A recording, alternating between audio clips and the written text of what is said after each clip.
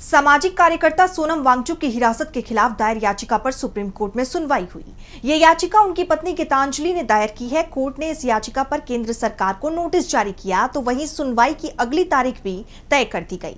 तो क्या कुछ हुआ इस सुनवाई के दौरान, जानेंगे इस रिपोर्ट में। सुप्रीम कोर्ट में सोशल एक्टिविस्ट सोनम वांगचुक की एनएसए के तहत गिरफ्तारी के खिलाफ दायर याचिका पर सुनवाई हुई। इस मामले में सुप्रीम कोर्ट ने केंद्र सरकार को नोटिस जारी किया है। वांगचुक की पत्नी गीतांजलि अंगमो ने इस गिरफ्तारी के खिलाफ हेबियस कॉर्पस यानी बंदी प्रत्यक्षीकरण की याचिका दायर की थी। याचिकाकर्ता की तरफ से सीनियर एडवोकेट कपिल सिब्बल ने कोर्ट में कहा कि हिरासत के आधार वांगचुक की पत्नी को भी बताए जाने चाहिए। वहीं केंद्र सरकार की तरफ से पेश हुए solicitor general SG Tushar Mehta ने जवाब दिया कि हिरासत के आधार सोनम वांगचुक को दे दिए गए हैं, लेकिन कानूनी रूप से पत्नी को ये आधार बताना जरूरी नहीं है। जब सिब्बल ने हिरासत के आधार पत्नी को दिए जाने के लिए एक अंतरिम आदेश की मांग की तो जस्टिस कुमार ने कहा कि इस स्तर पर हम कुछ नहीं कहेंगे, लेकिन पत्नी को आधार देने में क्या रुकावट है। एसजी मेहता ने अपनी बात दोहराई कि पत्नी को आधार देना कानूनी रूप से अनिवार्य नहीं है। याचिकाकर्ता यानी पत्नी आधार न मिलने के मुद्दे को उठाकर एक नया कानूनी दांव खेलने की कोशिश कर रही हैं।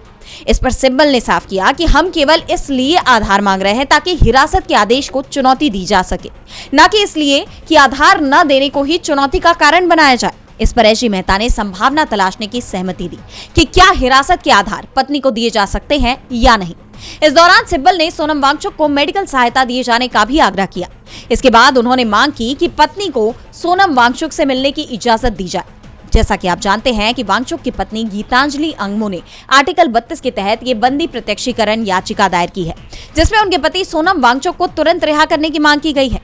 वांगचुक फिलहाल जोधपुर जेल में बंद है। याचिका में आरोप लगाया गया है कि उनकी हिरासत अवैध है और ये अनुच्छेद 22 का उल्लंघन है, क्योंकि वांगचुक या उनकी पत्नी को गिरफ्तारी का कोई आधार नहीं बताया गया है।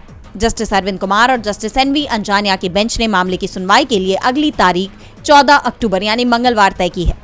अब 14 अक्टूबर को सुप्रीम कोर्ट में क्या सुनवाई होती है, क्या सोनम वांगचुक को रिहाई मिलेगी या ये इंतजार और बढ़ेगा, ये देखना होगा।